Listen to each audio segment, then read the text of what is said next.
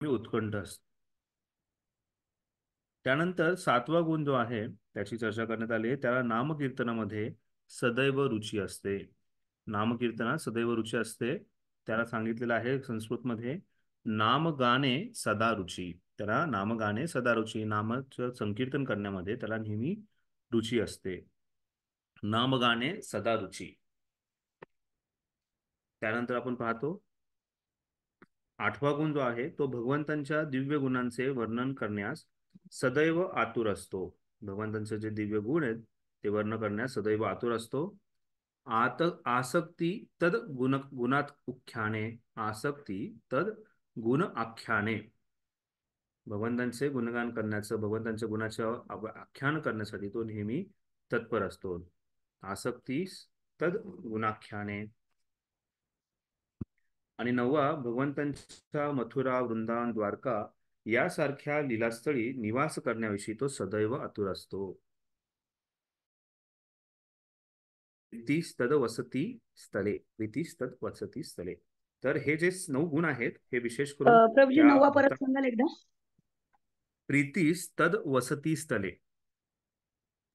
प्रीती स्तद ना, स्तद वसती स्थले. प्रीतिस्तद वसती प्रीती स्तद वसती स्थले. ओके.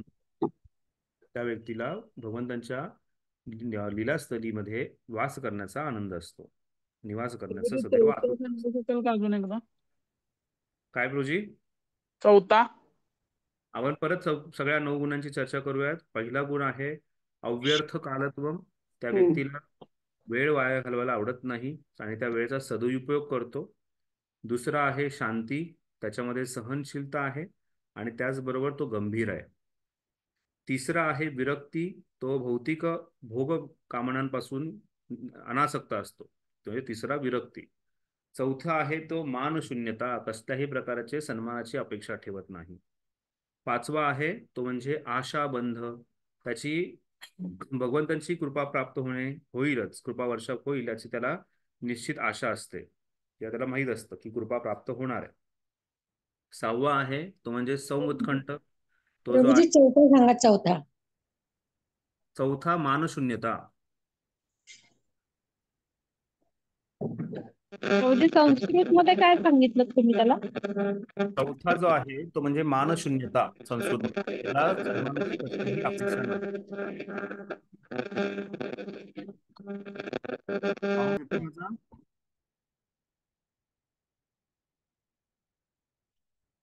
हरे हरे कृष्ण. कृष्ण. हा भाऊ, आवाज. प्रभूजी हा, तुम्ही ते स्क्रीनशॉट पाठवाल का? म्हणजे मी ग्रुपवर शेअर करून देईन. आवाज थोडस हे होत आहे काहीतरी. बर, ठीक आहे.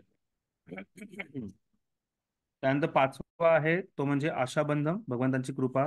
सहावा जो आहे तो म्हणजे सौमुत्कंठ. त्याला उत्कंठता असते भगवंतांच्या सेवेची.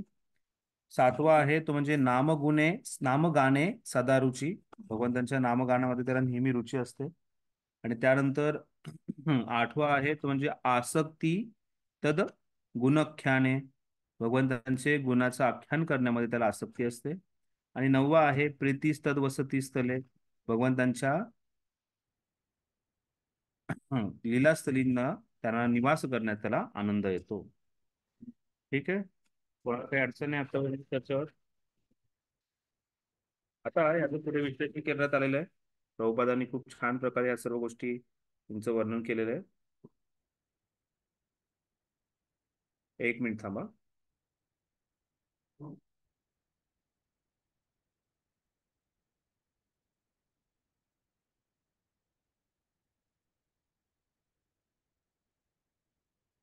हम्म.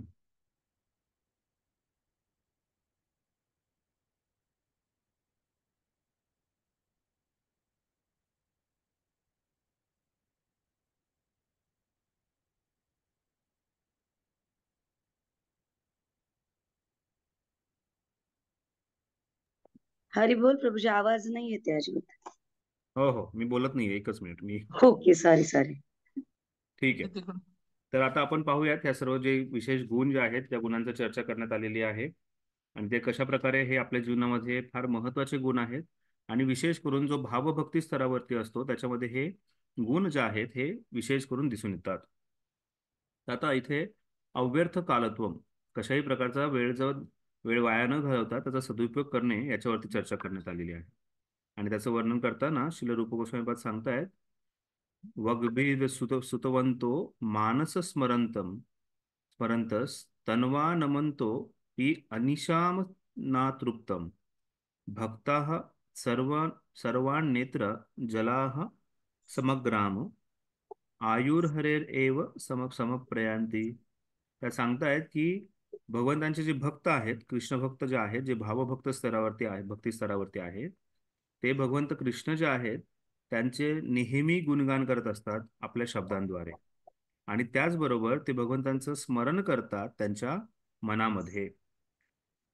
वाग्भी स्तुवंतो, वाग्भी म्हणजे आपल्या मुखमंडलाद्वारे, आपल्या शब्दांद्वारे, वाकशक्तीद्वारे ते भगवंतांचं गुणगान करतात. आणि मनस स्मरंतस, आणि मनाद्वारे ते भगवंतांचं स्मरण करतात. तनवा नमनतो, ते जे आहेत हे भगवंतांना नमन करतात, आपल्या ज्या शरीराद्वारे भगवंतांना पूर्णपणे नमन करतात, आदर सन्मान करतात. पै अनिसम न तृप्त, आणि त्याचबरोबर हे सगळं करत असताना, भगवंतांची भक्ती करत असताना ते संतुष्ट नसतात. त्यांना आणखीन भक्ती करण्याची उत्सुकता असते, आणखीन भक्तिमय सेवा करण्याची उत्सुकता असते. आपले शरीर, मन, शब्द हे भगवंतांच्या सेवेत निरंतर लावत असतात. भक्त श्रवणम नेत्र, ते जे आहेत हे भगवंतांचं, त्यांचे जे नेत्र आहेत त्या नेत्रातून भगवंतांचं स्मरण करून त्यांच्या नेत्रातून नेहमी अश्रुधारा ज्या आहेत त्या वाहत असतात. जलह समग्रम, आणि त्यांच्या अश्रुधारा ज्या आहेत हे भगवंतांचं स्मरण करणारे हे भक्त जे आहेत, भावभक्त, त्यांच्या अश्रुधारा वाहत असतात. आयुर्हरे एव समर्पयंती, आणि त्या तशा प्रकारे त्यांचं संपूर्ण जीवन जे आहे हे भगवंतांना शरणागत असतं. आणि अशा प्रकारे ते कधीही एकही क्षण या आपल्या सण जे आहे तो वाया घालवत नाही. श्री कृष्णाविषयी भावभक्ती विकसित केलेला विशुद्ध भक्त सतत आपल्या वाणीने भगवंतांची स्तुती करत असतो, तो आपल्या मनाने भगवंतांचं सतत चिंतन करत असतो, आपल्या शरीराने अर्चविग्रहांना प्रणाम किंवा वंदन करतो, तसेच आणि किंवा इतर काहीतरी सेवा करीत असतो. भावपूर्ण क्रिया करताना कधी कधी त्याच्या नेत्रात अश्रुधारा वाहत असतात. अशा प्रकारे तो आयुष्यभर भगवंतांच्या सेवेमध्ये मग्न असतो व इतरांकरिता एक हरे क्षण कृष्ण, देखील तो सॉरी वाया प्रभूजी, घालवत आवाज नाही. खूपच ब्रेक होतोय. ऍक्च्युली काय आहे, मंदिरातलं नेट फार खराब झालं अच्छा. काय मला मेसेज आला होता की नेटवर्कचा प्रॉब्लेम आहे. मी बघतो दुसरं काही कनेक्ट करू शकतो. एकच मिनिट.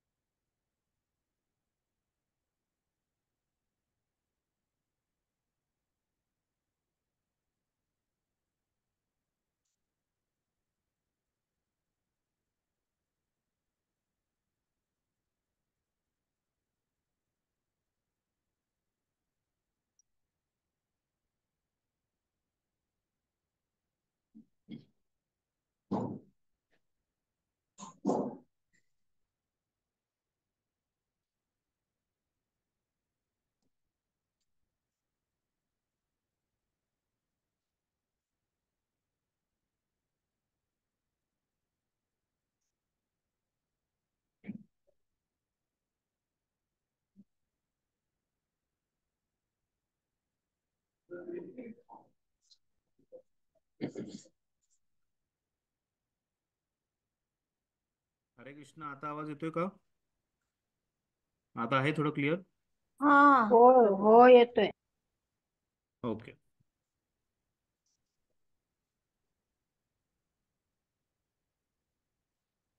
ठीक आहे. तर मी आतापर्यंत चर्चा केली ती म्हणजे अव्यर्थ कालत्ववर. त्याच्यामध्ये आपण पाहिलं की कशा प्रकारे भक्तगण जो आहे हा आपला वेळ जो आहे हा त्याचा योग्य प्रकारे सदुपयोग करतो. आणि तो वेळाचा सदुपयोग करताना विशेष करून सांगितलंय की जो भक्त आहे तो त्याचं मन, त्याचे शब्द, त्याचं शरीर जे आहे हे भगवंतांच्या निरंतर सेवेत लावतो, त्यांच्या गुणगान करण्यामध्ये लावतो, त्यांचं स्मरण करण्यामध्ये लावतो. आणि त्याचबरोबर त्याच्या डोळ्यातून नेहमी अश्रुधारा वाहत असतात भगवंतांचं स्मरण करून, भगवंतांच्या विरहामध्ये. आणि अशा प्रकारे भगवंतांचा तो हा भक्त आहे जो अव्यर्थ कालतम या गुणामध्ये गुण त्याच्यामध्ये दिसून येतो. तो भक्त जो आहे हा कशाही प्रकारे वेळ वाया न घालवता पूर्णपणे शरणागती दाखवून भगवंतांचं भगवंतांच्या भक्तांमध्ये स्थित असतो. तर हा हा जो गुण आहे अव्यर्थ कालत्व, हा आपल्या जीवनात येणं गरजेचं आहे. कारण बऱ्याच वेळा आपण आपला वेळ जो आहे हा अतिशय अशा गोष्टींमध्ये दवडतो की आपण कळत नाही की आपण खरंच, म्हणजे कधी कधी हा प्रश्न विचारला पाहिजे स्वतःला की खरंच मी कृष्ण भक्त आहे का, खरंच मला कृष्णाची भक्ती प्राप्त करायची का, हा प्रश्न विचारणं गरजेचं आहे.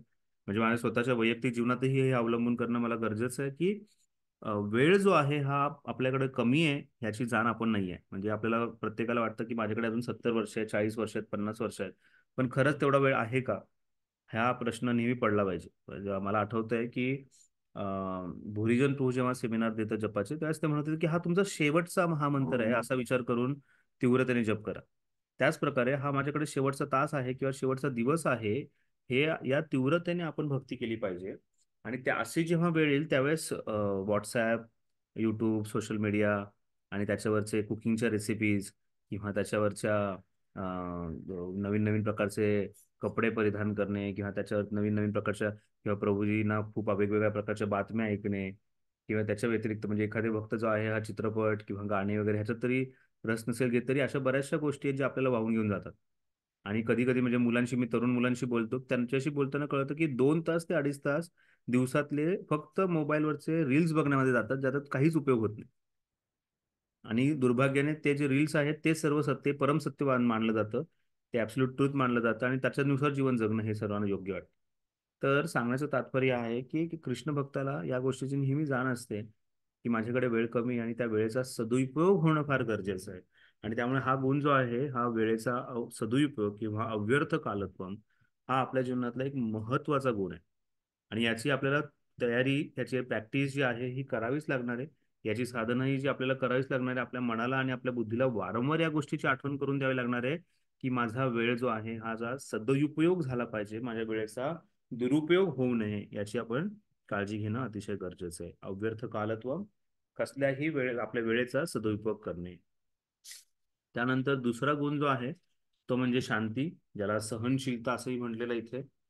तर शांती हा याची चर्चा केली तर त्याच्याबद्दल सांगितले, शोभा हे तव अभिप्राप्ते शांतीर आ अक्षुभित आत्मा.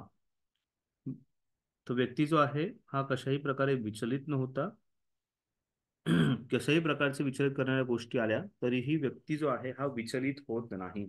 जसं आपण पाहतो भगवद्गीतेमध्येच दुसऱ्या अध्यायात भगवंतांनी सांगितलंय, मात्रा स्पर्शास्तु कौंतेय शीतोष्ण सुख दुःखदा आगमा पायिनो नित्यम ताम स्थितिक्षस्व भारत. ताम स्थितिक्षस्व भारत म्हणजे भारत, हे अर्जुन, तू सहन करायला शिक. काय? शीत उष्ण सुख दुःख हे आगमा पायिनो नित्यम, ह्या नित्य येणाऱ्या गोष्टी आहेत, त्याला सहन करायला शिक. जेव्हा तू हे सहन करशील तुझ्या जीवनामध्ये शांती येणार आहे.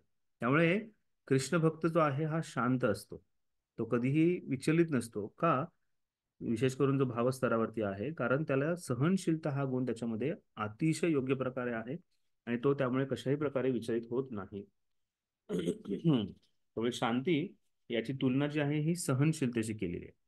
किंवा आपण समजू शकतो की जेव्हा व्यक्ती कोणतीही कशाही प्रकारचं सुख आणि दुःख, म्हणजे दुःखेषु अनिद्वगुण सुखेषु विगत स्पृहा वीत राग स्थित भय क्रोध स्थित धीर मणिरुच्यते, असा व्यक्ती आहे जो स्थितधीर मुनी आहे. त्याने आपल्या सुखावरती दुःखावरती विजय प्राप्त केलाय. तो आसक्ती, भय, क्रोध याच्यातून पूर्णपणे मुक्त होऊन जातो. आणि जो व्यक्ती आसक्ती, भय, क्रोधातून मुक्त आहे, म्हणजे तो व्यक्ती अतिशय शांत आहे, समाधानी आहे. त्याला कसल्याही प्रकारची चिंता, कसल्याही प्रकारची अडचण विचलित करत नाही. त्यामुळे इथे रूप गोस्वामी सांगतायत की हा असा व्यक्ती जो कितीही विचलित होणाऱ्या गोष्टी झाल्या तरी विचलित होत नाही. त्याचं सहनशीलता किंवा शांती असं गुण जो आहे याचं वर्णन करण्यात आलेलं आहे. आणि याचं उत्कृष्ट उदाहरण परीक्षित महाराजांचं देण्यात आलेलं आहे. पाहूयात आपण. विचलित होण्याची अनेक कारणे उपस्थित असूनही तो मनुष्य अविचलित राहतो, तो गंभीर आणि सहनशील आहे असं म्हटले जाते. परीक्षित महाराज म्हणजे अशा गांभीर्याचे आणि सहनशीलतेचे उत्तम उदाहरण होय. श्रीमद भागवतातील 1:19-15 या श्लोकामध्ये मृत्यूला सामोरे जाणारे परीक्षित महाराजांनी आपल्या समोरील सर्व साधू संतांना असे म्हटले की हे विप्र, तुम्ही माझा एक शरणागत सेवक या नात्याने स्वीकार करावा. भगवान श्रीकृष्णांच्या चरणी माझे चित्त अर्पण करण्यासाठीच मी गंगा नदीच्या तटी आलो आहे. तेव्हा कृपया तुम्ही मला असा आशीर्वाद द्या की गंगा माता देखील माझ्यावर प्रसन्न होईल. ब्राह्मण पुत्रांचा शाप मला लागू द्यात. मला त्याची भय नाही. माझी केवळ एवढीच इच्छा आहे की माझ्या जीवनातील अंतिम क्षणी तुम्ही सर्वांनी पावन विष्णू नावाचे गान करावे, जेणेकरून मला त्यांच्या दिव्य गुणांचा साक्षात्कार होऊ शकेल. परीक्षित महाराजांचे असे हे आचरण म्हणजे आयुष्याच्या शेवटच्या क्षणी देखील धैर्य न खचणे, मन विचलित न होणे आणि सहिष्णुतेचे किंवा सहनशीलतेचे प्रतीक आहे. ज्या व्यक्तीमध्ये श्रीकृष्णाशी भाव उदित झालेला आहे त्या व्यक्तीमध्ये हे लक्षण प्रकट होत असते. तर हा जो गुण आहे तो एक अशा प्रकारे त्या व्यक्तीच्या जीवनात दिसून येतो, जो कृष्ण भक्त आहे, जो भावस्तरावरती आहे, ज्याला मृत्यूसारखं भय सुद्धा विचलित करू शकत नाही. या जगामध्ये सर्वात मोठं भय जे आहे हे मृत्यूचं आहे. कारण व्यक्ती जो आहे आपल्या शरीराला आसक्त आहे, त्या शरीरापासून वेगळं होणं हे त्याच्यासाठी अतिशय भयावह दुःखदायक गोष्ट. आणि अशा परिस्थितीमध्ये सुद्धा जो व्यक्ती विचलित होत नाही तो व्यक्ती जो आहे हा भावस्तरावर. त्यामुळे आपल्या जीवनातून हे भय जे आहे मृत्यूचं, या शरीराला पासून काहीतरी गमवायचं, या शरीराशी संबंधित असलेल्या काही गोष्टी गमवायचं जे भय आहे त्याच्यातून आपल्याला हळूहळू बाहेर निघणं गरजेचं आहे. आणि त्यासाठी आपल्यामध्ये हा शांती गुणही आणणं तेवढंच महत्वाचं आहे. कोणाचा काही प्रश्न आहे अव्यर्थ कालत्व आणि शांती या गुणावरती? नाही प्रभूजी, समजले. त्यापुढे आपण पाहूयात विरक्ती. इंद्रियांना सदा विषयभोग हवा असतो, परंतु भक्त ज्यावेळी भगवान श्रीकृष्णाविषयी दिव्य प्रेम विकसित करतो त्यावेळी त्याची इंद्रिय भौतिक कामनांकडे आकर्षित होत नाहीत. मनाच्या या अवस्थेला विरक्ती असे म्हणतात. तर ही विरक्ती जी आहे ही मनाची अवस्था आहे. मनापासून व्यक्तीने विरक्त होणं गरजेचं आहे. जसं आपण भगवद्गीतेतल्या 6व्या अध्यायात वारंवार पाहतो की भगवंत जे आहेत ते मनावरती नियंत्रण प्राप्त करा, मनाला मित्र बनवा, मनाला शत्रू बनवून देऊ नका याची चर्चा करताना भगवंत एका ठिकाणी खूप छान चर्चा करतायत. जवळपास आय थिंक श्लोक क्रमांक 17-18 मध्ये त्याची चर्चा करतायत की भगवंत सांगतायत की तुमची मानसिक कार्य जी आहेत, म्हणजे मनापासून जी केलेली कार्य आहेत त्यांना नियंत्रित करा, जेणेकरून मनावरती नियंत्रण येईल. तर त्यामुळे इतकी छान व्याख्या इथं दिली की मनाच्या अवस्थेला विरक्ती असे म्हणतात. कोणत्या अवस्थेला? इंद्रियांना सदैव विषयभोग हवा असतो, परंतु ज्या भक्त ज्यावेळी भगवान श्रीकृष्णाविषयी दिव्य प्रेम विकसित करतो त्यावेळी त्याची इंद्रिय भौतिक कामनेपासून आकर्षित होत नाही. तर इंद्रियांमध्ये विशेष करून मन जे आहे हे भौतिक कार्यापासून, भौतिक विषय वस्तूंपासून किंवा भौतिक कामनांकडे आकर्षित होत नाही. आणि मनाच्या अशा या अवस्थेला विरक्ती असं म्हटलं जातं. तर खऱ्या प्रकारे विरक्त होणं म्हणजे भगवा वस्त्र धारण करून कुठेतरी वनवासात जाणं असं नाही, पण खऱ्या प्रकारे विरक्त होणं म्हणजे घरात बसून सुद्धा तो व्यक्ती कुठल्याही प्रकारची भौतिक कामना करत नाही आणि भौतिक भोग अभिलाषेपासून तो स्वतःला दूर ठेवतो. तो विरक्ती गुण जो आहे हा महत्वाचा आहे. आणि हा विरक्ती गुण जो आहे हा भक्तीद्वारे येतो. आपण जर बाह्य रूपाने, कृत्रिम रूपाने जर ती विरक्ती निर्माण करण्याचा प्रयत्न केला तर त्याद्वारे भक्ती प्राप्त होणार नाहीये. आणि अशी विरक्ती जी आहे ही जास्त वेळ टिकणार नाहीये, कारण ती अपरिपक्व स्थितीत आहे. पण जर तो व्यक्ती भावभक्त स्तरावरती पोहोचतोय, जर तो व्यक्ती भक्तीमध्ये अतिशय दृढ होतोय, तीव्र होतोय, तर ही विरक्ती जी आहे ही त्याच्यासाठी अतिशय नैसर्गिक आहे. ती विरक्ती जी आहे त्याच्यासोडून त्याचा तो एक स्वभाव बनतो. अशी ही जी विरक्ती आहे याची चर्चा करण्यात आलेली आहे. तरी विरक्तीबद्दल सांगितलंय, इंद्रिय अर्थम स्याद अरोचकता स्वयं. त्या व्यक्तीला इंद्रिय आसक्ती जी आहे, इंद्रिय भोग वस्तू आहेत त्याच्यापासून पूर्णपणे निरासक्ती निर्माण होते. अरोचकता, अरोचक म्हणजे कसल्याही प्रकारची रोचकता नाहीये, रुचकर लागत नाही त्याला ती गोष्ट. याच्यामध्ये भरत महाराजांचं उदाहरण दिलेलं आहे. भरत महाराज एक किती उत्कृष्ट राजा होते त्यांचं उदाहरण दिलंय. श्रीमद भागवतातील 5:14-43 या श्लोकात म्हटले आहे, सम्राट भरतांना भगवान श्रीकृष्णांच्या चरणारविंदांचे एवढे आकर्षण होते की त्यामुळे अगदी भर तारुण्यात त्यांनी कुटुंब, पुत्र, मित्र, राज्य इत्यादी सर्व गोष्टी विषयांची आसक्तीला अस्पृश्य मलमूत्र मानून त्याग केला. सम्राट भरत विरक्तीचे एक आदर्श उदाहरण आहे. त्यांच्याजवळ भौतिक जगातील सर्व सुख साधने उपस्थित होते, परंतु त्यांनी त्यांचा त्याग केला. याचा अर्थ असा की विरक्ती म्हणजे कृत्रिमरित्या स्वतःला अशा प्रकारच्या आकर्षणातून वेगळे ठेवणे असे नव्हे. उलट जो मनुष्य अशा आकर्षणांच्या उपस्थितीतही भौतिक प्रलोभनापासून अनासक्त राहतो तो खऱ्या अर्थाने विरक्त समजला जातो. आणि त्यामुळे भीष्म पितामह जे आहेत त्यांचंही एक उत्कृष्ट उदाहरण आहे. भीष्म पितामहांनी जी तपस्या घेतली होती, त्यांनी जो प्रण घेतला होता, तो प्रण ऐकल्यानंतर आकाशातून भीष्म भीष्म अशी भीष्म प्रतिज्ञा असा आकाशवाणी झाली. कारण अ, पूर्णपणे साम्राज्यामध्ये समृद्धीमध्ये किंवा ऐश्वर्यात राहून सुद्धा स्वतःला भौतिक अ, आसक्तीपासून दूर ठेवणे आणि त्यानंतर भगवंतांचं स्मरण करणे हे त्यांनी एक विशेष गुण दाखवून दिला भीष्म पितामहांनी. बाह्य रूपाने जरी वाटत असेल की हो ते साम्राज्याशी आसक्त असते किंवा साम्राज्य टिकवण्याचा त्यांनी प्रयत्न केला, पण ते सत्यता नव्हती. भगवंतांच्या आदेशानुसारच ते कार्य करत होते. आणि त्यामुळे तेही एक असं उत्कृष्ट विरक्त भक्ताचं उदाहरण आहे. यांनी भक्तीद्वारे स्वतःमध्ये ती विरक्ती निर्माण केली होती. अर्थात प्रारंभी नवोदित भक्ताने स्वतःला सर्व प्रकारच्या आसक्तीपासून दूर ठेवले पाहिजे. परंतु एका परिपक्व भक्ताचे खरे लक्षण म्हणजे अशा प्रकारच्या आकर्षणांच्या उपस्थितीही तो मोहित होत नाही. विरक्तीची हीच खरी परीक्षा आहे. तर अशा प्रकारे आपल्याला सध्या या गोष्टींना नाही म्हणावं लागेल. या पूर्व इच्छेमध्ये आणि काही कालावधीनंतर त्या गोष्टी आपल्यासाठी स्वाभाविक होऊन जातील. कारण आणि हे जेव्हा ते स्वाभाविक होईल ते एक भक्तीमध्ये वृद्धी होण्याचं लक्षण आहे, हे पाहणं गरजेचं आहे. म्हणजे आता कोणाही भक्ताला कांदा लसूण किंवा मांसाहार किंवा नशापान या गोष्टीची काही रुची नाही आहे.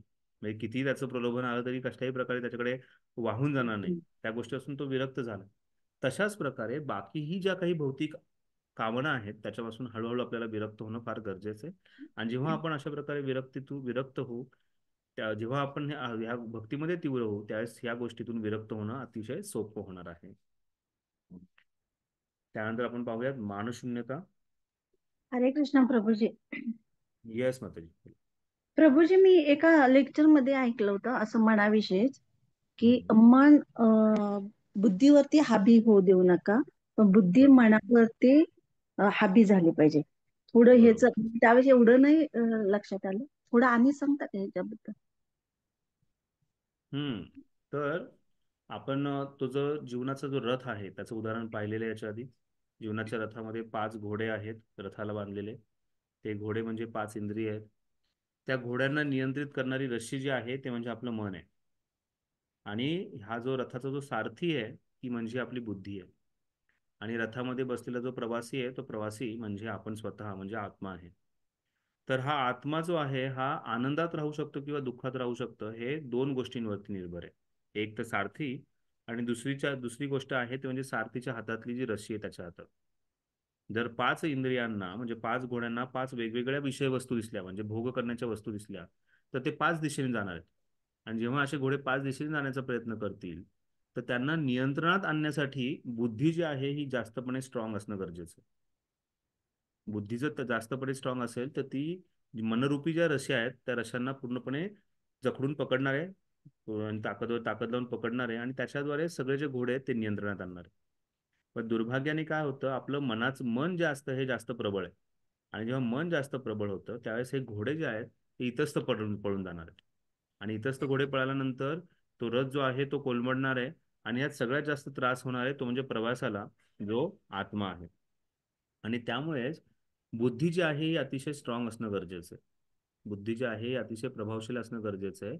आणि त्याचमुळे आपल्याला भक्तिशास्त्र व्यवस्थित अध्ययन करून भक्तिशास्त्रांचं जर व्यवस्थित अध्ययन केलं तर बुद्धी प्रबळ होणार आहे. आणि बुद्धीला माहिती आहे की मनाला कशा प्रकारे नियंत्रण करायचंय आणि इंद्रियांना कशा प्रकारे नियंत्रण करायचं. तर अशा प्रकारे बुद्धी जी आहे याच्याद्वारे आपण मन आणि इंद्रियांना पूर्णपणे नियंत्रणात आणू शकतो. आणि त्यामुळे बुद्धी जी आहे ही अतिशय तल्लख असणं गरजेचं आहे. आणि अशी बुद्धी तल्लख होऊ शकते जेव्हा आपण शास्त्रांचं व्यवस्थितपणे अध्ययन करू, समजून घेऊ.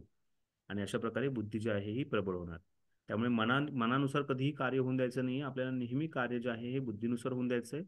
आणि बुद्धी जी आहे ही कुठल्याही भौतिक अविद्येद्वारे प्रबळ होणार नाहीये. बुद्धी जी आहे ही प्रबळ होणार आहे ती फक्त आणि फक्त भक्तिशास्त्रांचा अध्ययन केल्यामुळे प्रबळ होणार. एकच मिनिट थांबा.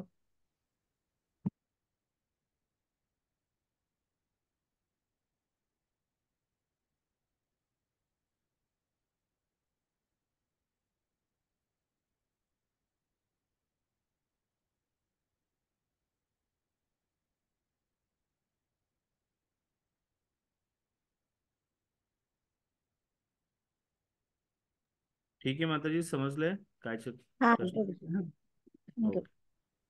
अजून कोणाला काही विचारायचं आहे?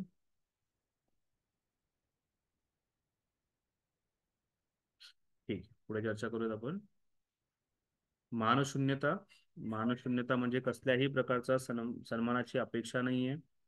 तो व्यक्ती जो आहे हा अ, कसल्याही प्रकारचा मान जो आहे तो मला मिळावा याच्या पाठीमागे लागत नाही. कुठल्याही सेवेचं फळ त्याला प्राप्त व्हावं आणि त्या सेवेचं फळ म्हणजे सन्मान मिळावा असं त्याची अपेक्षा नसते.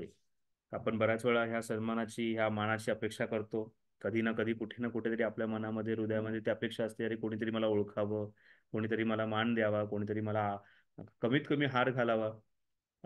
मला आठवतंय कोणाचं प्रवचन, आय थिंक विश्वरूप प्रभूंचं प्रवचन होतं राधाष्टमीचं. आणि त्या प्रवचनात ते सांगतात की आपको जब पहली बार किसी ने गले में हार डाला होगा तो कितना आनंद हुआ होगा की हाँ, पहचान लिया की मैं ही वो विशेष व्यक्ती हूँ. अशा प्रकारे आपल्यालाही कधी अपेक्षा असते की हो, तोच मी तो विशेष व्यक्ती आणि मला तो हार प्राप्त झालेला आहे. त्यामुळे अशा प्रकारे कुठे ना कुठेतरी मान जो आहे हा व्यक्तीला व्यक्तीची त्याची इच्छा असते की मला जे आहे कोणीतरी ओळखावं, मला काहीतरी प्राप्त व्हावं. त्याच्याबद्दल रूप गोस्वामीपाद चर्चा करताना सांगतायत, उत्कृस्तवे पी अमानित्वम. आपल्या व्यक्तीला अमानित्वम अधमित्वम याची चर्चा करताना सांगितले की कसल्याही प्रकारची आशा अपेक्षा न करता नम्रतेने राहणे. तर त्या प्रकारे तो व्यक्ती जो आहे जो भावस्तरावरती आहे तो इतका नम्रपणे राहतो की त्याला कसल्याही प्रकारच्या मोठ्या स्थानाची मोठ्या मान सन्मानाची गरज वाटत नाही. त्यामुळे शिवचैतन्य महाप्रभू सांगतात, पूजा लाभ प्रतिष्ठा शुक्रेर विष्ठा. त्याची तुलना जी आहे ही शुक्र विष्ठा केलेली आहे. शुक्रेर विष्ठा म्हणजे एका डुकराची जी विष्ठा आहे त्याची केलेली आहे. म्हणजे विचार करा, डुक्कर जे आहे ती दुसऱ्यांची विष्ठा खातं आणि त्याची विष्ठा याची अशी तुलना केलेली आहे. महाराज याच्याबद्दल चर्चा करताना खूप ग्रॉसमध्ये चर्चा करतात की सांगतात की शुक्रेर विष्ठा म्हणजे अतिशय घाणेरडा प्रकार आहे. आणि त्याची तुलना कशाशी केली चैतन्य महाप्रभूंनी? पूजा लाभ प्रतिष्ठा याच्याशी केलेली. जो व्यक्ती पूजा लाभ प्रतिष्ठेच्या पाठीमागे आहे असा व्यक्ती जो आहे हा अतिशय गलिच्छ गोष्टीच्या पाठीमागे लागलेला आहे असं ते सांगतात. त्यामुळे जीवनामध्ये कसे कोणी माझी पूजा करावी, मला काहीतरी लाभ प्राप्त व्हावा, मला प्रतिष्ठा प्राप्त व्हावी अशी जर कोणाची अपेक्षा असेल तर ही अतिशय दुर्दैवी अवस्था आहे. आणि त्या अशा अपेक्षेच्या पाठीमागे कधीही भक्ताने पळू नये किंवा जो भावस्तरावरती आहे तो अशा कशाही गोष्टीच्या अपेक्षेच्या पाठीमागे पळत नाही. आपण वाचूयात भागीरथ महाराजांचं उदाहरण देताना समजून सांगितलंय, एखाद्या भक्तामध्ये शुद्ध साक्षात्काराचे सर्व सद्गुण उपस्थित असूनही जर त्याला आपल्या पदाचा गर्व होत असेल तर त्या अवस्थेला मानशून्यता असे म्हटले जाते. सॉरी, पदाचा गर्व होत नसेल तर त्याला मानशून्यता असे म्हटले आहे. तर पदाचा गर्व होऊ देऊ नये. कसल्याही प्रकारचे पद प्राप्त होतंय, इस्कॉन ही एक संस्था आहे आणि संस्थेतही व्यक्तीला काहीतरी अध्यक्ष, उपाध्यक्ष, काउन्सिलर किंवा टीएमसी किंवा कॉम असे वेगवेगळे पदं प्राप्त होतात किंवा कुठल्या तरी ग्रुपचा इन्चार्ज. तर ही पदं प्राप्त झाल्यानंतर आपण एक सेवक आहोत ही भावना असणं गरजेचं आहे.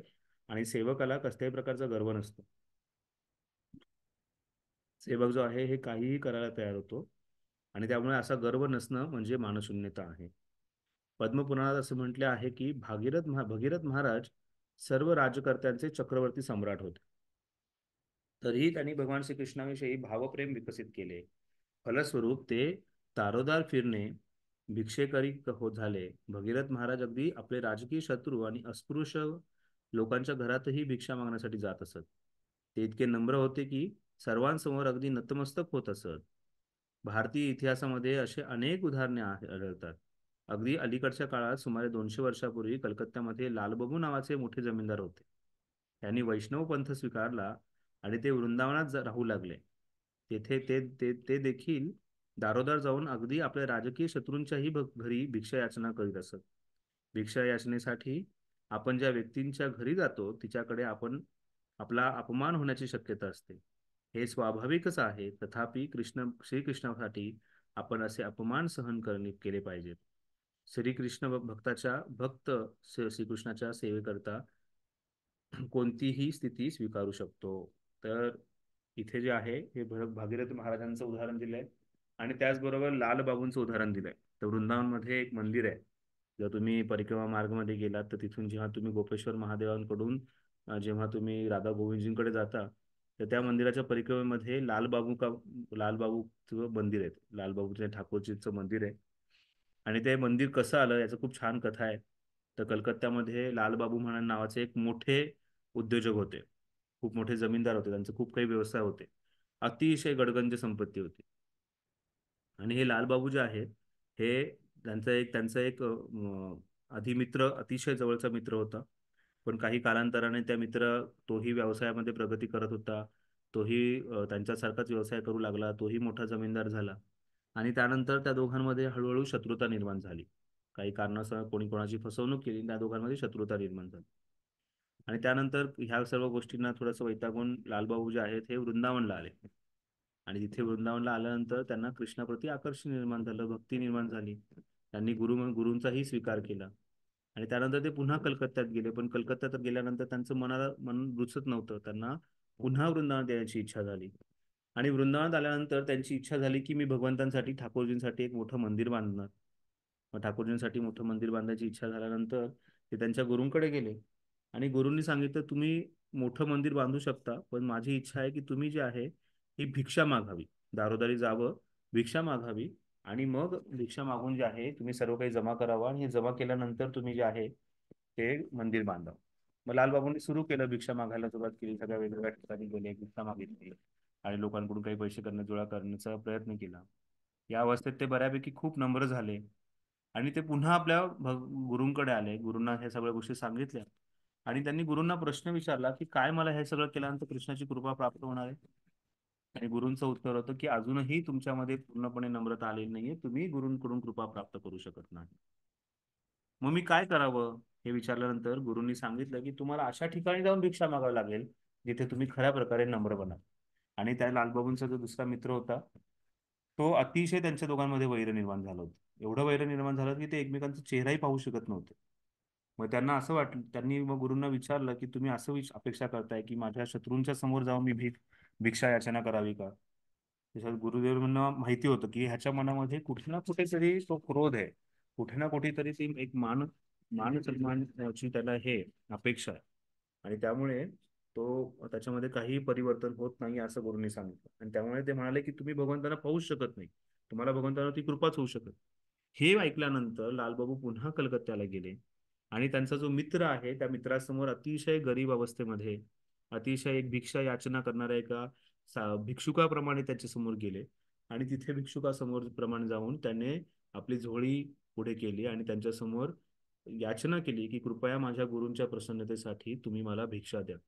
आणि हे ऐकल्यानंतर तो जो समोरचा जो माणूस होता त्याला थोडासा अभिमान वाटला, अरे हा लालबाबू सारखा मोठा माणूस माझ्याकडे येऊन भिक्षा मागतोय. पण कालांतराने त्यालाही कळालं की लालबाबू एक साधारण व्यक्ती नाहीये, त्याच्यामध्ये ही नम्रता कशा प्रकारे आली. आणि त्यानंतर लालबाबू जे आहे ते मंदिरात आले, गुरूंसमोर या सगळ्या गोष्टीचा वार्तालाप सांगितला. आणि त्यानंतर सांगितलं, गुरु म्हणाले की लवकरच तुम्हाला कृष्ण दर्शन होणार. आणि काही वेळातच त्यांना भगवंत कृष्णाचं दर्शन झालं आणि भगवंत कृष्णाची कृपा प्राप्त झाली. आणि त्यानंतर लालबाबूंनी भगवंतांसाठी खूप सुंदरसं मंदिर बांधलंय, अतिशय डोलेजंग मोठंच्या मोठं मंदिर आहे. कधी संधी मिळाली तर ते लालबाबूचं जे मंदिर आहे वृंदावनातलं ते आपण पाहू शकतो. ते आपल्या नित्य परिक्रमेत येत नाही, पण तीही खूप छान लिहिलं आहे. आणि त्याचं वर्णन जे आहे हे प्रभुपादांनी इथं केलंय की कशा प्रकारे मानशून्यता ही महत्वाची आहे. आपल्या जीवनामध्ये बऱ्याच वेळा आपण छोट्या छोट्या गोष्टींसाठी मान धरून बसतो, छोट्या छोट्या गोष्टींसाठी भक्तांशी आपण वार्तालाप ठेवत नाही, भक्तांपासून दुरावतो. ही योग्य गोष्ट नाहीये. कधी कधी आपल्याला नम्र बनवण्यासाठी ती परिस्थिती निर्माण झालेली आहे. आणि त्या परिस्थितीचा पूर्णपणे उपयोग करून आपण जे आहे आपला अभिमान, आपला आपला अहंकार बाजूला ठेवून भगवंतांसमोर आणि भक्तांसमोर नम्र राहणं अतिशय गरजेचं आहे. ठीक आहे, कोणाचा काही प्रश्न आहे मानशून्यतेवर? आशा बंधू, त्या व्यक्तीला एक आशा आहे, आशा की मला भगवंतांची कृपा जी आहे ही नक्कीच प्राप्त होणार आहे. आणि अशा आशेपोटी तो आपल्या भक्तिमय जीवनामध्ये तो प्रगती करत असतो. त्याला एक विश्वास आहे, फक्त ही आशा नाही आहे की होईल.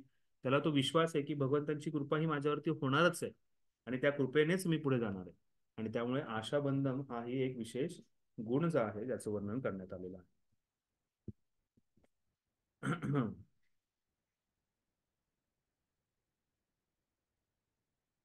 भगवतः प्राप्ती संभावना दृढ दृढ. भगवंतांची मला प्राप्ती होईल, भगवतः प्राप्ती संभावना दृढ, त्याची जी संभावना आहे की मला भगवंतांची प्राप्ती होईल ती अतिशय दृढ आहे. त्यांना पूर्णपणे कन्व्हिक्शन आहे, विश्वास आहे भगवंतांबद्दल, मला प्राप्ती होईल याचा त्यांना दृढ निश्चय आहे. त्यांना त्यांचं दृढ आहे ते अतिशय, की मला कृष्णाची विशेष कृपा जी आहे ही प्राप्त होणार आहे. आणि त्याचं उदाहरण जे आहे हे श्रील सनातन गोस्वामी पादांचं उदाहरण इथे देण्यात आलेलं आहे. त्यात सांगितले, न प्रेम श्रवंती भक्तीर अपि वा योग तथा वैष्णवो ज्ञानम वा सुभग कर्म वा कियाद अहो सज जतीर अपि अस्यती असती वा हिनार्ध हिनार्ह हिनर्थधिका साधके त्वयि तथापि अच्छेद्यामुलस्तती हे गोपी जनवल्लभ वत् व्यात्यायते हा नामद असैव माम. याचं वर्णन करताना सांगितलंय की मला कृष्ण, सनातन गोस्वामी पद सांगतायत की मला जे आहे कृष्णावरती काही प्रेम नाहीये, आणि त्याचबरोबर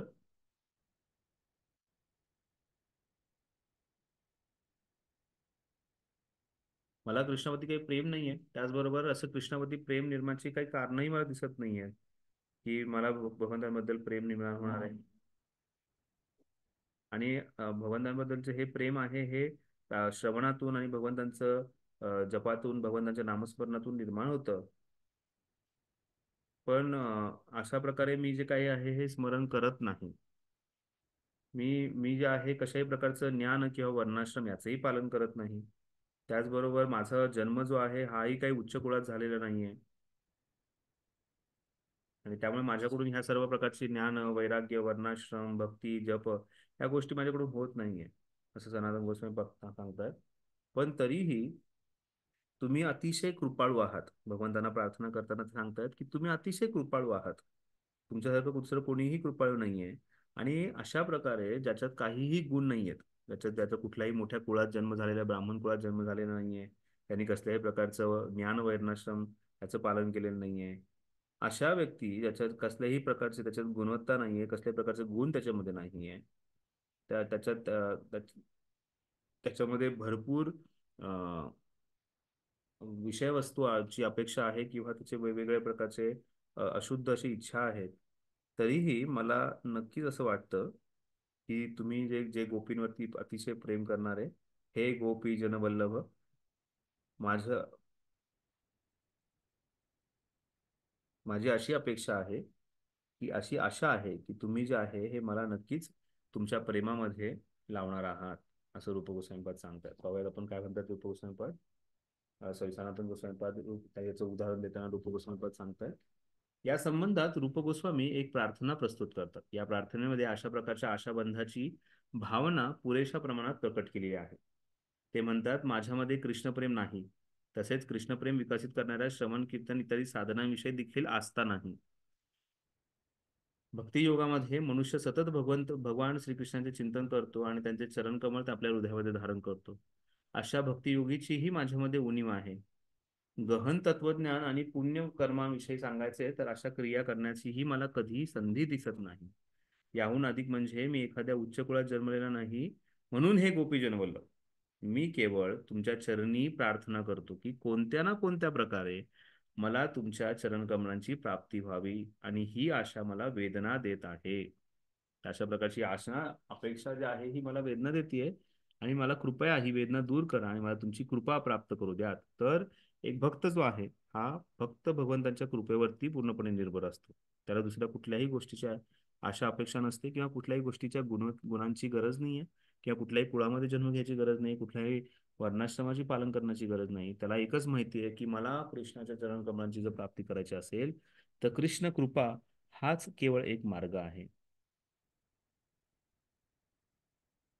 या प्रार्थनेचे तात्पर्य असे की मनुष्याने कसे का होईना पण अशी आशा धारण केली पाहिजे की कोणत्या ना कोणत्या प्रकारे आपण परमेश्वराच्या चरणकमळाची प्राप्ती करू शकतो.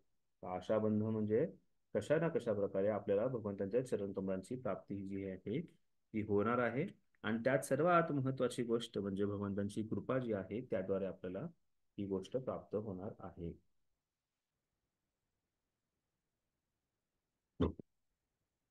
आतापर्यंत चर्चेवर कोणाला काही प्रश्न विचारायचा आहे?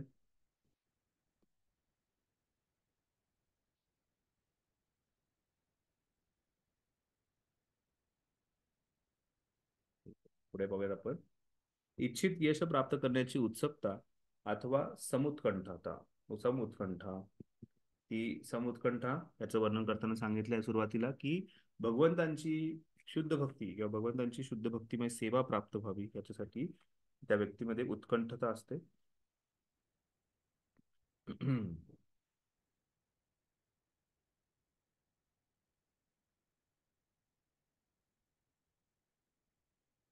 निज निज अभिष्ट लाभया गुरु लुब्धता. त्या व्यक्तीमध्ये अतिशय तीव्र लोभ असतो. कशासाठी लोभ येतो? तो भगवंतांची सेवा प्राप्त करण्यासाठी जी उत्कंठता आहे त्यासाठी त्याला लोभ आहे. कृष्ण कर्णामृत मधल्या विलोमंगल ठाकूर यांचं इथे उदाहरण देण्यात आलेलं आहे, आपण वाचूयात.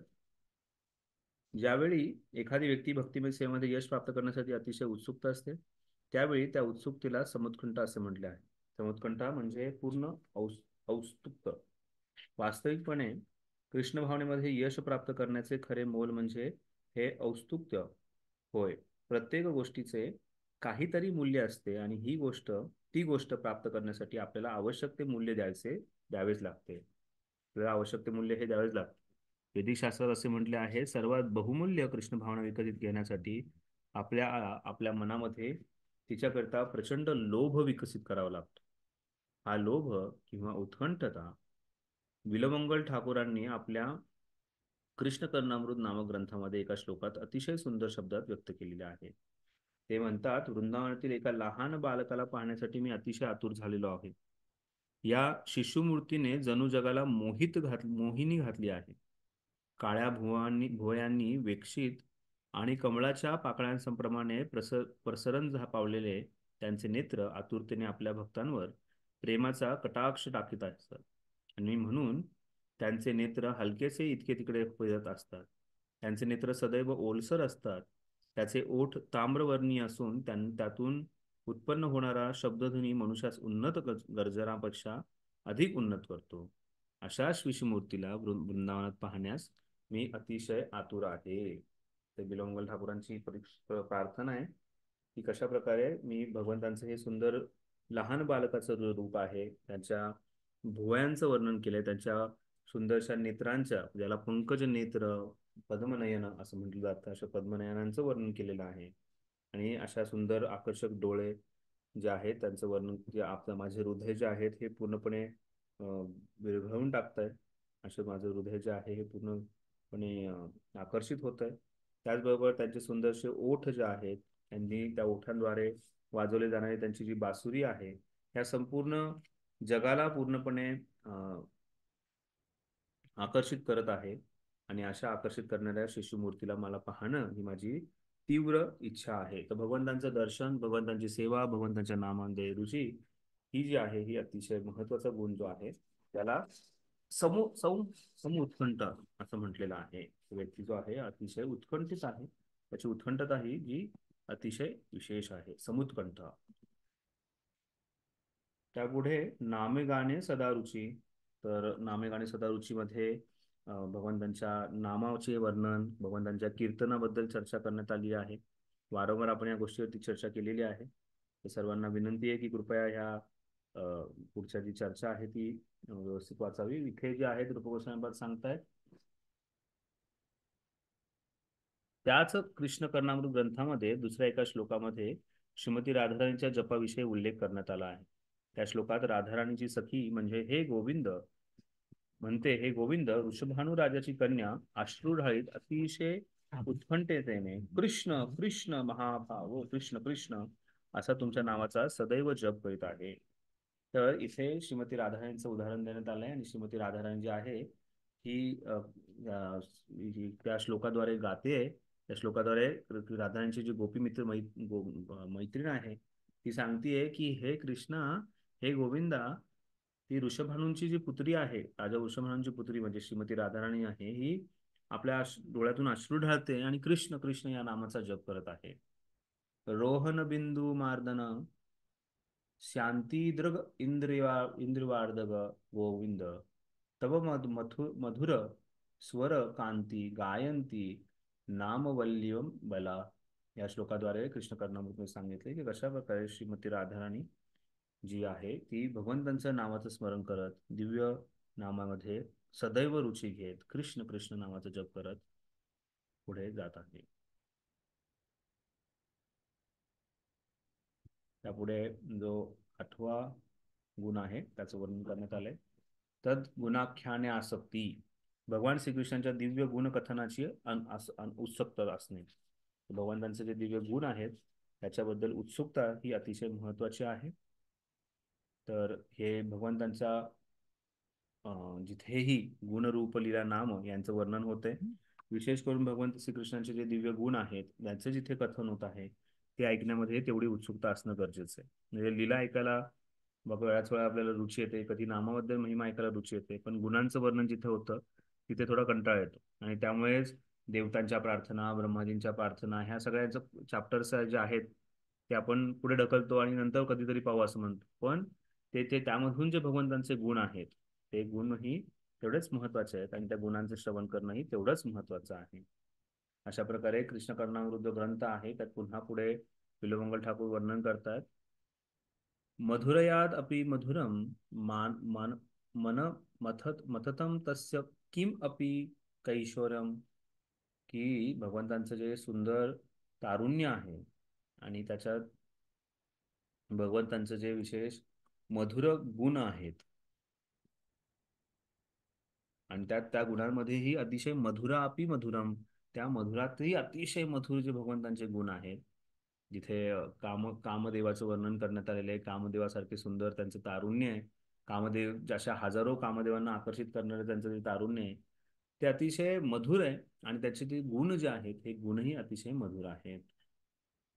चापल्यात अपि चपलम चेतो भात भत हरंती हंत किम कुरुमा. आणि अशा प्रकारे अतिशय चपल जे आहेत भगवंत त्यांनी आमचं हृदय जे आहे हे जिंकलेलं आहे. अशा चपळ हृदयाचे भगवंतांनी जे हृदय जिंकलंय आता आम्ही करायचं तरी काय. तर अशा भगवंतांच्या गुणांचं वर्णन ऐकल्यानंतर ही परिस्थिती होते भावभक्ताची की त्या भगवंतांकडे ते एवढे आकर्षित झालेले आहेत भगवंतांच्या त्यांची मधुर मधुर रूपामुळे, मधुर वाणीमुळे, मधुर गुणांमुळे ते अतिशय आकर्षित झालेला आहे. तर अशा प्रकारे भगवंतांच्या दिव्य गुणांमध्ये कथाकथन करणे, त्याचे कथाचे श्रवण करणे याच्यामध्ये त्यांना अतिशय रुची असते जे भावस्तरावरती आहे. आणि पुढे आहे श्रीकृष्णांच्या लीलास्थळी निवास करण्याविषयी आकर्षण. तर जो भगवंतांचे भावभक्ती स्तरावरती जे भक्त आहेत त्यांना भगवंतांची जी लीलास्थळी आहे भगवंतांचे जसे मथुरा, वृंदावन असे जे धामस्थळे आहे अशा धामस्थळांमध्ये, अशा धामांमध्ये, अशा भगवंतांनी केलेल्या लीलास्थळीमध्ये वारंवार जाणे, तिथे निवास करणे, तिथे आपलं निवासस्थान बनवणे याच्यात अतिशय रुची असते आणि त्यातून त्यांची भगवंतांप्रतीची आसक्ती जी आहे ही जास्तीत जास्त वाढते. तर पद्यावली हे जे रूप गोस्वामीपादांनी लिहिलेले फार उत्तम श्लोक आहेत त्यातले 121वी पद्यावली आहे. त्याच्यामध्ये रूप गोस्वामीपाद वर्णन करतात. अत्रस्थित कलकिला नंद सामद साक्षात सख्यातस्य अतरत भावद भजनम बंधाचेदाकरोपि दामभीर अबुधबद्धो तत्र दामोदरः इत्थं मथुरा वर्धवक्र विगलात पीयूष धारं पिबन् अनादृशो दरः कदमधु पुरीं ध्यानस चारिष्याम अहम. तिथे वर्णन करताना सांगतायत की नंदनंदन श्रीकृष्ण सर्व गोपपालांचे राजा असलेल्या आपल्या पित्या समवेत या स्थळी निवास करीत होते. त्या ठिकाणी भगवान श्रीकृष्णांनी छकड्यास लपवलेल्या शर्करासुराचा वध केला. त्या स्थळी यशोदाने यशोदा मातेने भौतिक अस्तित्वाच्या ग्रंथींना कापून कापून टाकणाऱ्या दामोदरांना दोरीने बांधून ठेवले आहे. श्रीकृष्णाचा शुद्ध भक्त मथुरा किंवा वृंदावन या ठिकाणी निवास करतो आणि ज्या ठिकाणी भगवान श्रीकृष्णाच्या लीला केल्या होत्या त्या सर्व स्थळांना भेट देतो. या पवित्र तीर्थस्थानी भगवान श्रीकृष्णांनी आपल्या सवंगडी आणि यशोदा मातेसमोर आपल्या बाललीला प्रकट केल्या होत्या. भगवान श्रीकृष्णांच्या भक्तांमध्ये अजूनही त्या सर्व तीर्थस्थळांची परिक्रमा करण्याची पद्धत आहे. अशी प्रक्रिया करणाऱ्या उद्देशाने मथुरा आणि वृंदावनाला भेट देणाऱ्या भक्तांना नेहमीच दिव्य आनंदाचा लाभ होत असतो. वस्तुतः एखाद्या मनुष्याने वृंदावनाला भेट दिली तर त्याला त्वरितच श्रीकृष्णांपासून विरहाचा अनुभव होऊ शकतो, कारण श्रीकृष्णांनी वृंदावनात अनेक सुंदर लीला केल्या होत्या. तर जसं गुणांचं आपण वर्णन ऐकलंय तशाच प्रकारे लीलांचंही भगवंतांच्या भरपूर वर्णन येतं. आणि अशा लीला ज्या जिथे भगवंतांनी केल्या आहेत त्या लीलांच्या ठिकाणी गेल्यानंतर भगवंतांबद्दल आणि त्या लीलास्थळींबद्दल व्यक्तीला नक्कीच आसक्ती निर्माण होते आणि त्यांचं प्रेम जे आहे हे त्यांच्या हृदयामध्ये निर्माण होतं. आणि अशा प्रकारे पुढेही कशा प्रकारे आपण या भगवंतांच्या लीलास्थळींना भेट देणे आणि तिथे राहणं हे अतिशय महत्त्वाचं आहे. याचं खूप सविस्तरपणे प्रभुपादांनी वर्णन केलेलं आहे. पुढच्या एका पॅराग्राफमध्ये प्रभुपाद खूप महत्त्वाची गोष्ट सांगतायत. अनेक तथाकथित भक्त श्रीकृष्णांच्या कालीय लीला नामक लीलांचे कृत्रिम रीताने स्मरण करतात. कधी कधी असे लोक या लीलांची नकलही करतात व असा आव आणतात की श्रीकृष्ण त्यांच्या बरोबर एका गोप बालकाच्या रूपात संभाषण करत आहेत. काही तथाकथित भक्त असाही आव आणतात की राधाराणी आणि श्रीकृष्ण हे दोघेही त्यांच्याकडे येऊन त्यांच्याशी संभाषण करतात. कधी कधी निर्विशेषवादी लोक असे ढोंग रचतात की भक्तिमय सेवेचे ज्ञान नसणाऱ्या निष्पाप लोकांना फसवितात. तथापि एखाद्या अनुभवी भक्त हे ढोंग पाहतो तेव्हा तो त्वरितच या लोकांची लुच्चेगिरी समजू शकतो. भक्तीचे सोंग करणाऱ्या अशा व्यक्तीने कधीही श्रीकृष्णावर असणाऱ्या आसक्तीची नक्कल केली तरी ती खरी आसक्ती म्हणून स्वीकारता येत नाही. तर भगवंतांच्या लीलास्थळी जावं, लीला स्मरण करावं, भगवंतांच्या लीलांचं पठन करावं, पण कुठेही अपरिपक्व स्थितीमध्ये कृत्रिमरित्या भगवंतांची वार्तालाप होतोय, भगवंतांशी माझा संबंध जोडला गेला आहे असं गैरसमज करून घेऊ नये. आणि त्याचबरोबर असा गैरसमज जो आहे असं पसरूही नये. हळूहळू त्या गोष्टीची आपल्यामध्ये जाण येईल, पण अशा अपरिपक्व स्थितीमध्ये आपण तिथपर्यंत पोहोचू शकत. अजूनही आपण आपल्या इंद्रियांबरोबर इंद्रियांना नियंत्रित करण्यासाठी किंवा इंद्रियांबरोबर आपण किंवा आपल्या अहंकाराबरोबर आपल्या मनाबरोबर आपण स्ट्रगल करत आहोत. अजूनही आपली काही ना काहीतरी प्रयत्न चालला नियंत्रणात आणण्यासाठी. त्यामुळे आपण अजूनही अपरिपक्व स्थितीमध्ये आहोत. अजूनही आपण वैदिक साधना भक्तीमधून रागानुग साधना भक्तीत प्रवेश केलेला नाहीये. भावभक्ती दूर आहे, त्यानंतर प्रेमभक्ती अतिशय दूर आहे. त्यामुळे असं काहीही ढोंग व्यक्तीने करू नये याच्याबद्दल प्रभुपाद चर्चा करतात. एक प्रभुपादांची लीला आठवते. काही भक्त वृंदावनात होते आणि वृंदावनात असताना भक्त तिथे प्रभुपादांना सांगत होते की प्रभुपाद, बऱ्याच वेळा रात्री लोकांना कृष्ण जे आहेत हे कालियावरती नृत्य करतात असं दृश्य जे आहे हे यमुनेच्या तीरावरती दिसून येतं. आणि बरीच लोक तिथे गर्दी करतायत ते पाहण्यासाठी की रोज रात्री कृष्ण जे आहेत हे कालियावरती नृत्य करतायत. प्रभुपाद म्हणाले हे शक्य नाही, हे सगळं खोटारडेपण आहे, हे होऊ शकत नाही, हे ढोंग आहे. मग एक दिवस झाला, 2 दिवस झालं आणि मग वारंवार प्रभुपादांची शिष्य म्हणून, प्रभुपाद आपणही जायचं का बघायला? प्रभुपाद म्हणाले शक्यच नाही, हे सगळं ढोंग आहे, शक्यच नाही. आणि कालांतराने समजून आलं की तिथे यमुनेमध्ये एक नावाडी आहे. तो रोज रात्री मासेमारणी करण्यासाठी तिथे जात होता आणि त्याने जो कंदील लावला होता बोटेवरती, तो कंदील इकडून तिकडे डुलायचा बोटीच्या पाण्याबरोबर आणि याच्याबरोबर तरंगांबरोबर. आणि लोकांना वाटत होतं की ती जी दिव्य दिव्य ज्योत आहे म्हणजे त्या कंदिलाची जी ज्योत आहे ती म्हणजे कृष्ण आहे. आणि अशा प्रकारे कृष्ण जो आहे हा कालियावरती नृत्य करतो. त्यामुळे अशा गोष्टींचा अपप्रचार होणे किंवा अशा गोष्टींचा प्रचार होणे हे फार सहज आहे. पण अशा गोष्टींमुळे आपण वाहून जायचं नाहीये. पण आपल्याला अशा धामांमध्ये राहून भगवंतांबद्दल आसक्ती निर्माण करायची आहे की इथे हीच ती जागा जिथे चैतन्य महाप्रभूंनी लीला केली, हीच ती जागा जिथे कृष्ण लीला करून गेलेल्या आहेत. आणि अशा पवित्र स्थानी आपण त्यांचं जास्तीत जास्त स्मरण करायचे, परिक्रमा करायची आहे. आणि अशा आसक्तीमुळे आपण नक्कीच भगवंतांना प्राप्त करू शकू. हे वर्णन केल्यानंतर पुढे प्रभुपाद जे आहेत हे काही महत्वाच्या गोष्टीचं वर्णन करतात ज्याला रती आणि रती आभास असं म्हटलेलं आहे. आणि त्याचं जास्तीत जास्त वर्णन जे आहे आपण प्रेमभक्ती याच्यामध्ये पण पाहणार आहोत. तरी आपण आणखीन 15 मिनिटं क्लास करू शकतो आपण. कोणाला काही हो अडचण नाही चालेल. ना? हो. हो चालेल. तर इथे पुढे प्रोपत सांगतायत, आपण वाचूयात. या भ्रामक आसक्तीचे 2 प्रकार आहेत, छायारती आणि परारती. जर मनुष्याने भक्तिमय सेवेचे पालन न करता किंवा प्रामाणिक आध्यात्मिक गुरूंचे मार्गदर्शन न घेता अशा प्रकारची भ्रामक आसक्ती प्रदर्शित केली तर त्याला छायारती असे म्हणतात. छायारती म्हणजे ती सावली आहे, रतीची सावली, की अशा प्रकारे त्या व्यक्तीला रती दिसते आणि अशा प्रकारे त्या व्यक्तीला काहीतरी काय राधाराणी बोलते, कृष्ण बोलतायत, असं काहीतरी त्या व्यक्तीच्या मनामध्ये निर्माण होतं, काहीतरी भावना. आणि अशा प्रकारे त्याला वाटतं की मला ती भगवंतांबद्दल रती आसक्ती निर्माण झालेली आहे. पण ही छायारती आहे, ही खरी रती नाहीये. हा त्याचा गैरसमज आहे.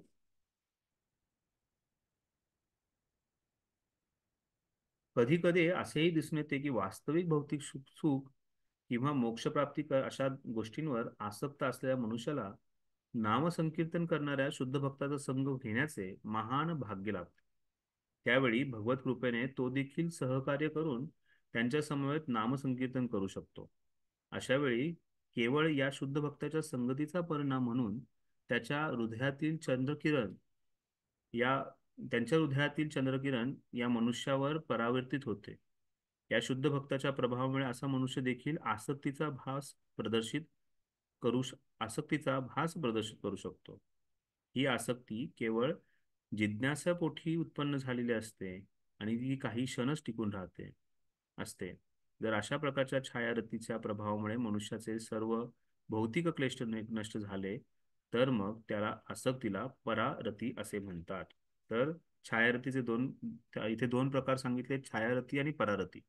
छायारतीचं वर्णन करताना सांगितलेलं आहे की कोणी गुरूंच्या मार्गदर्शनासाठी कार्य न करता स्वतःची भ्रामक आसक्ती प्रदर्शित केली जाते, म्हणजे भगवंतांबद्दल आसक्त आहे, ही एक छायारतीचा प्रकार आहे.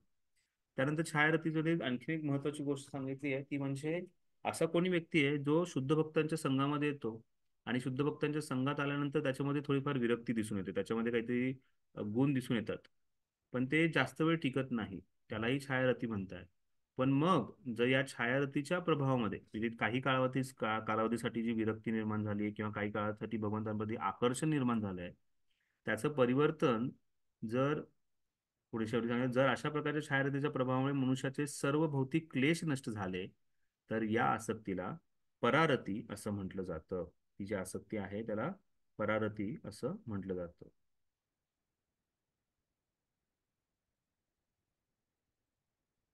तर भगवंतांबद्दल जर खऱ्या प्रकारची रती जर निर्माण करायची असेल तर 3 रती म्हणजे त्या व्यक्तीला भगवंतांना संतुष्ट करण्याव्यतिरिक्त आणखीन कोणतेही इच्छा नसते, त्याला कुठल्याही प्रकारची अभिलाषा नसते, फक्त भगवंतांना संतुष्ट करणं ही जर त्याच्यामध्ये ध्येय असेल तर ती त्याच्यामध्ये रती निर्माण झालेली. पण त्याच्या व्यतिरिक्त जर काही वेगवेगळ्या आसक्ती असतील, काहीतरी गैरसमज असतील किंवा कुठेतरी काहीतरी पूजाला प्रतिष्ठा करण्याची अपेक्षा असेल तर त्याला छायारती असं म्हटलेलं आहे. पुढे प्रोपा सांगतात, जर एखाद्याने शुद्ध भक्ताचा संघ घेतला किंवा मथुरा वृंदावनासारख्या तीर्थस्थळांना भेट दिली तर अशी छायारती किंवा परारती यांच्यामध्ये दिसून येत असते. एखाद्या सामान्य मनुष्याने जर एखाद्या प्रकारची आसक्ती विकसित केली आणि सौभाग्यवश जर त्याने शुद्ध भक्तांच्या संगतीमध्ये भक्तियोगाची साधना केली तर तो देखील शुद्ध भक्तिमय सेवेचा स्तर प्राप्त करू शकतो. सारांश, दिव्य आसक्तीची इतकी शक्तिशाली असते की जरी एखाद्या साधारण मनुष्याने अशा प्रकारची आसक्ती प्रकट केली तरी शुद्ध भक्तांच्या संगतीमुळे अशा आसक्तीचा परिणाम म्हणून तो देखील पूर्णत्वाचे स्तर गाठू शकतो. ही फार विशेषता सांगितलेली आहे, भक्तीची महानता सांगितलेली आहे. जर त्या व्यक्तीमध्ये भगवंतांबद्दल दिव्य आसक्ती निर्माण झाली आणि त्याला जर शुद्ध भक्तांचा संघ प्राप्त झाला आणि शुद्ध भक्तांच्या संघामध्ये अशा प्रकारच्या आसक्तीचा परिणाम जो आहे हा पूर्णत्वाच्या स्तरापर्यंत म्हणजे भावस्तरापर्यंत किंवा प्रेमस्तरापर्यंत त्या व्यक्तीला घेऊन जाऊ शकतो. हे एक विशेष गुण सांगितले आणि त्यामुळे भक्तांचा संघ जो आहे हा अतिशय महत्वाचा आहे. तर रती आभास या गोष्टीवरती आपण चर्चा करतोय. रती आभास म्हणजे त्या व्यक्तीमध्ये पूर्णपणे रती निर्माण झालेली नाहीये, पण ती छायारती किंवा परारती अशा प्रकारे ती व्यक्तीच्या जीवनात दिसून येते. काहीतरी प्रमाणात त्याच्यामध्ये निरासक्ती निर्माण झालेली आणि भगवंतांबद्दल आसक्ती निर्माण झालेली आहे. पण अशी आसक्ती जी आहे ही जेव्हा शुद्ध भक्तांच्या संगेमध्ये त्याला प्रेरणा मिळते, अशा आसक्तीला, भगवंतांच्या आसक्ती जी निर्माण झाली जेव्हा त्याला शुद्ध भक्तांचा संग प्राप्त होतो, तर तो काही प्रमाणामध्ये जो आहे पूर्णत्वापर्यंत नक्की पोहोचू शकतो. ही त्याच्यातली विशेषता आहे.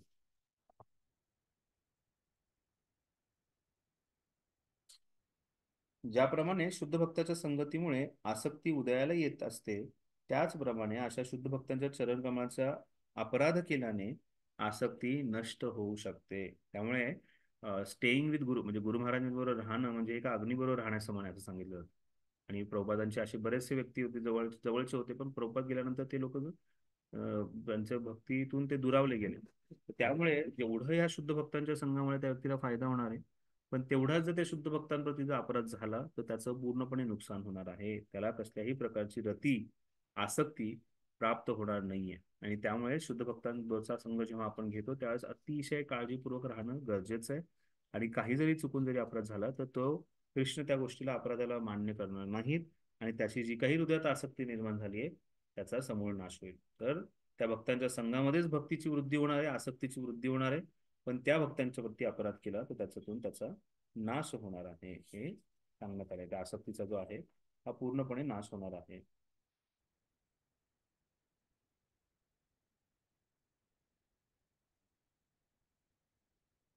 स्पष्टपणे सांगायचे तर शुद्ध भक्ताच्या संगतीत श्रीकृष्णाविषयीच्या आसक्तीला उदय येतो, परंतु मनुष्याने अशा शुद्ध भक्तांच्या चरणकमळे अपराध केला तर त्याला त्याची छायारती किंवा परारती पूर्णपणे संपुष्टात येऊ शकते. आसक्तीचे हे संपुष्टात येणे जणू काही कृष्ण पक्षातील चंद्राप्रमाणे आहे.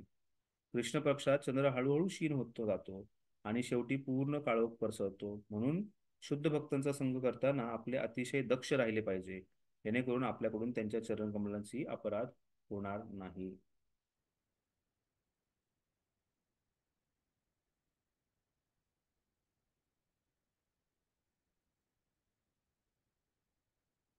मनुष्याकडून शुद्ध भक्तांच्या ज्या प्रमाणात अपराध घडतो त्या प्रमाणात ही छायारती किंवा परारती नष्ट होत जाते. मनुष्याचा अपराध जर अतिशय गंभीर असेल तर त्याची आसक्ती पूर्णपणे संपुष्टात येते. तर पहिली गोष्ट म्हणजे तर अपराध जो आहे अतिशय गंभीर आहे तर त्याची जी छायारती किंवा परारती आहे म्हणजे त्या भगवंतांबद्दल जी काही आसक्ती निर्माण झाली ती पूर्णपणे नष्ट होते. जर अपराध फारसा गंभीर नसेल, दुसरी स्तर आहे, जर अपराध फारसा गंभीर नसेल तर ती आसक्ती दुसऱ्या किंवा तिसऱ्या श्रेणीची होते आणि त्याची जी भावस्थितीतून भावाभास स्थितीमध्ये पोहोचतो. जर एखादा मनुष्य मुक्ती किंवा ब्रह्मज्योतीत विलीन होण्यासारख्या आसक्ती झाला तर त्याचे भाव हळूहळू छाया किंवा परारतीमध्ये परिवर्तन होतात, अथवा ते भाव अहम ग्रहोपासनात परिवर्तित होतात. ज्यावेळी जीव आपल्याला आत्मसाक्षात्काराचा प्रारंभ स्वतःला परमेश्वर समजून करीत असतो त्यावेळी त्या पद्धतीला अहम ग्रहोपासना असे म्हणतात. या अवस्थेला अद्वैतवाद असेही म्हणतात. अद्वैतवादी मनुष्य स्वतःला परमेश्वराशी एकरूप समजत असतो. तो स्वतः आणि परमेश्वरामध्ये भेद करीत नसल्यामुळे त्याची अशी धारणा असते की स्वतःचे पूजन करणे तो परमेश्वराचे पूजन करीत असतो. तर जो व्यक्ती जो आहे हा अपराध करतो शुद्ध भक्तांच्या प्रती, तर त्याच्यात हळूहळू एवढ्या भयंकर प्रमाणात परिणाम होतो की तो मनुष्य ब्रह्मज्योतीमध्ये विलीन होण्याचा विचार करतो किंवा तो स्वतःला अद्वैतवादाद्वारे स्वतःला भगवंतांशी एकरूप समजतो आणि त्यामुळे तो अहम ग्रहोपासना सारख्या काहीतरी संकल्पनेला जवळ मानतो आणि स्वतः पूजा करायला सुरुवात करतो किंवा स्वतःलाच परमसत्य मानण्याचा खूप मोठा गैरसमज तो व्यक्ती करू शकतो. आणि त्यामुळे त्याची भावस्थिती तर पूर्ण किंवा आसक्ती जी आहे, भावस्थिती म्हणण्यापेक्षा आसक्ती जी आहे भगवंतांप्रती जी छाया किंवा परारतीद्वारे प्राप्त झालेली आहे त्याचा समूळ नाश होऊ शकतो. कधी कधी असे दिसून येते की एखादा नवविदित भक्त अतिशय उत्साहाने कीर्तन आणि नृत्य करीत आहे, परंतु आपण परमेश्वराशी एकरूप झालो आहोत असा भाव त्याच्या मनी असतो. ही अद्वैतवादी भावना शुद्ध दिव्य भक्तिमय सेवेपासून पूर्णपणे भिन्न असते. तथापि एखाद्या मनुष्याने नियम पालन न करता देखील उच्च श्रेणीच्या भक्ती सेवेचा विकास केला पाहिजे असे दिसून येते की दिसून येत असल्यास आपण हे जाणले पाहिजे की त्याने आपल्या पूर्वजन्मीच हा भक्तीचा स्तर प्राप्त केला होता. मुख्यत्वे करून त्याने एका भक्ताच्या चरणकमळाचा अपराध केल्यामुळे त्याची भक्तिमय सेवा खंडित झाली होती, परंतु तो काही वेळापुरतीच ती काही वेळापुरतीच खंडित झाली होती. आता त्याला पुन्हा एकदा संधी मिळाली असून तो आपली भक्तिमय सेवा पुन्हा विकसित करीत आहे. सारांश, केवळ शुद्ध भक्ताच्या संगतीतच भक्ती मार्गामध्ये दृढ प्रगती साध्य होऊ शकते. तर जर आपल्याकडून अशा प्रकारे जर अपराध झाला असेल तर तो अपराधातून व्यक्ती जो आहे हा अपराधाची क्षमायाचना करून पुन्हा तो व्यक्ती प्रगती करू शकतो. पण त्याच्यात अतिशय अं, अं, भयंकर असा अपराध म्हणजे स्वतःला भगवंत मानणे, स्वतःला भगवंत म्हणून पूजा करणे ही अतिशय चुकीचा संकल्पना आहे. आणि त्यामुळे शुद्ध भक्तांच्या संघामध्येच त्या व्यक्तीला भगवंतांच्या भक्तीची प्राप्ती होऊ शकते. आणि त्यामुळे शुद्ध भक्तांचा संघ जो आहे हा अतिशय महत्वाचा आहे. जर एखाद्याने भक्तिमय सेवेमध्ये क्रमशः प्रगती केली तर केवळ श्रीकृष्णांच्या अहेतुकी कृपेमुळेच हे शक्य झालेले आहे हे आपण जाणले पाहिजे. विषय सुखापासून पूर्णतः अलिप्त होऊन शुद्ध भक्तिभाव विकसित केलेला भक्त क्वचित प्रसंगी जरी भक्ती सेवेच्या आदर्शानुसार आचरित करीत नसल्याचे दिसत असले तरी आपण त्याचा द्वेष करू नये. श्रीकृष्णाच्या भगवद्गीतेतही असे सांगण्यात आले आहे की ज्या भक्ताची भगवान श्रीकृष्णांवर अढळ श्रद्धा आणि भक्ती आहे त्याचे जरी काही शुद्ध भक्तीच्या मार्गावरून आकस्मिक पतन झाले तर त्याला शुद्ध समजले गेले पाहिजे. अपिचित सुदुराचारो भजन्ते माम अनन्य भाग साधूर एव समंतव्य, त्या व्यक्तीला साधू समजले पाहिजे. असा व्यक्ती त्याच्याकडून ऍक्सिडेंटल फॉल डाऊन झालाय किंवा त्याचा आकस्मिकपणे पतन झालेलं आहे अशा भक्ताकडे आपण द्वेष भावनेने पाहू नये.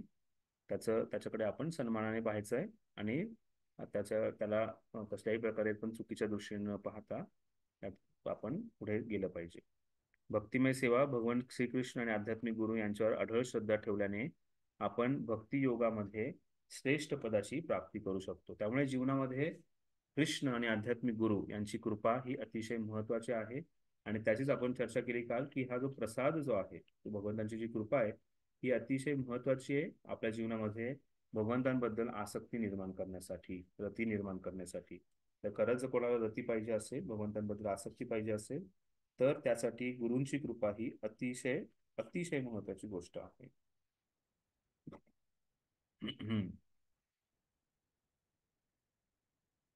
नरसिंह पुराणात असे म्हटले आहे की मन, कार्य आणि शरीरांद्वारे भगवंतांची सर्वत्र भावे सेवा करणारा भक्त जरी वरकरणी पाहता गुरुणास्पद कार्य करीत असल्याचे दिसून आले तरी त्याच्या दृढभक्तीच्या प्रभावामुळे असे कार्य लवकरच निश्चितपणे नष्ट होतात. या संदर्भात पूर्णचंद्राचे उदाहरण दिले आहे. पूर्णचंद्रावर अनेक कलंक दिसतात परंतु तरीही त्यामुळे चंद्राचा प्रकाश काही क्षीण होत नाही. त्याचप्रमाणे भक्तिमय सेवेच्या राशीसमोर एखादा छोटासा डाग असला किंवा छोटीशी चूक असली तर ती चूक समजली जात नाही. श्रीकृष्णांकरिता आसक्ती म्हणजे दिव्य आनंद होय आणि दिव्य आनंदाचा अशा असंख्य राशींमध्ये भौतिक दोषांचा एक छोटासा कलंक काहीही प्रभाव पाडू शकत नाही. त्यामुळे आपल्याला एक उत्कृष्ट संघ प्राप्त करणं गरजेचं आहे. आपल्याला चुकूनही कशाही प्रकारच्या निर्विशेषवादी किंवा मायावादी अद्वैतवादी लोकांचा संघ घ्यायचा नाहीये. तो चुकीचा संघ आहे. त्याचबरोबर आपल्याला कशाही प्रकारे शुद्ध भक्तांप्रती अपराध करायचा नाहीये, भक्तांप्रती अपराध करायचा नाहीये. भक्तांप्रती जर थोड्याफार प्रमाणात अपराध झाला तर त्या व्यक्तीच्या आसक्ती जी आहे त्याच्या थोडाफार तो विचलित होतो. त्याच्यामध्ये जास्तीत जास्त अपराध झाला तर त्याच्यातला तो भाव अवस्थेतून भाव आभास मध्ये जातो आणि हा अपराध अतिशय भयंकर अतिशय गंभीर असेल तर त्याचा जो आसक्ती आहे ही पूर्णपणे नष्ट होऊन जाते. त्यामुळे शुद्ध भक्तांच्या प्रती अपराध करायचा नाहीये आणि शुद्ध प्रकार भक्तांच्याच संघामुळे शुद्ध भक्तांच्या कृपेमुळेच आपल्याला ही जी रती आहे भगवंतांबद्दल ही निर्माण होणार आहे. तर रती आभास याच्यावरती चर्चा प्रभुपादांनी इथे केलेली आहे आणि रूप गोस्वामीपाद सांगतात की ही रती जी आहे ही भगवंतांप्रती निर्माण होणं अतिशय गरजेचं आहे. आणि ही रती निर्माण होण्यासाठी भगवंतांच्या हे जे 9 विशेष गुण आहेत ते आपल्याला मदत करतात किंवा ज्यांनी रती निर्माण केलेली आहे, ज्यांनी भगवंतांप्रती आसक्ती निर्माण केलेली आहे त्यांच्यामध्ये हे 9 गुण जे आहेत हे विशेष करून व्यक्तीला दिसून येतात. कोणाला काही विचारायचे आतापर्यंत चर्चेवर?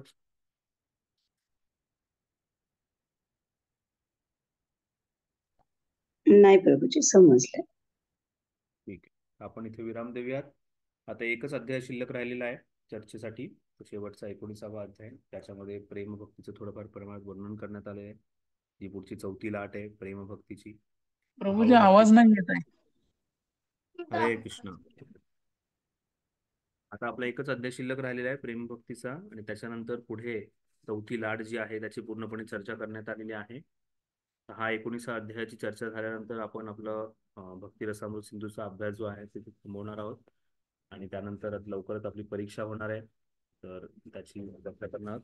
उद्या संध्याकाळी काहीतरी कार्यक्रम असल्यामुळे संध्याकाळी जमणार नाहीये. तर उद्या सर्व भक्तांना सुट्टी आहे की कॉलेज म्हणजे त्यांचा जॉब वगैरे आहे, कसं आहे उद्याचं महेश भाऊ? प्रभूजी वर्किंग आहे मग. अच्छा, चालेल, मग आपण 1 तारखेला संध्याकाळी भेटूयात.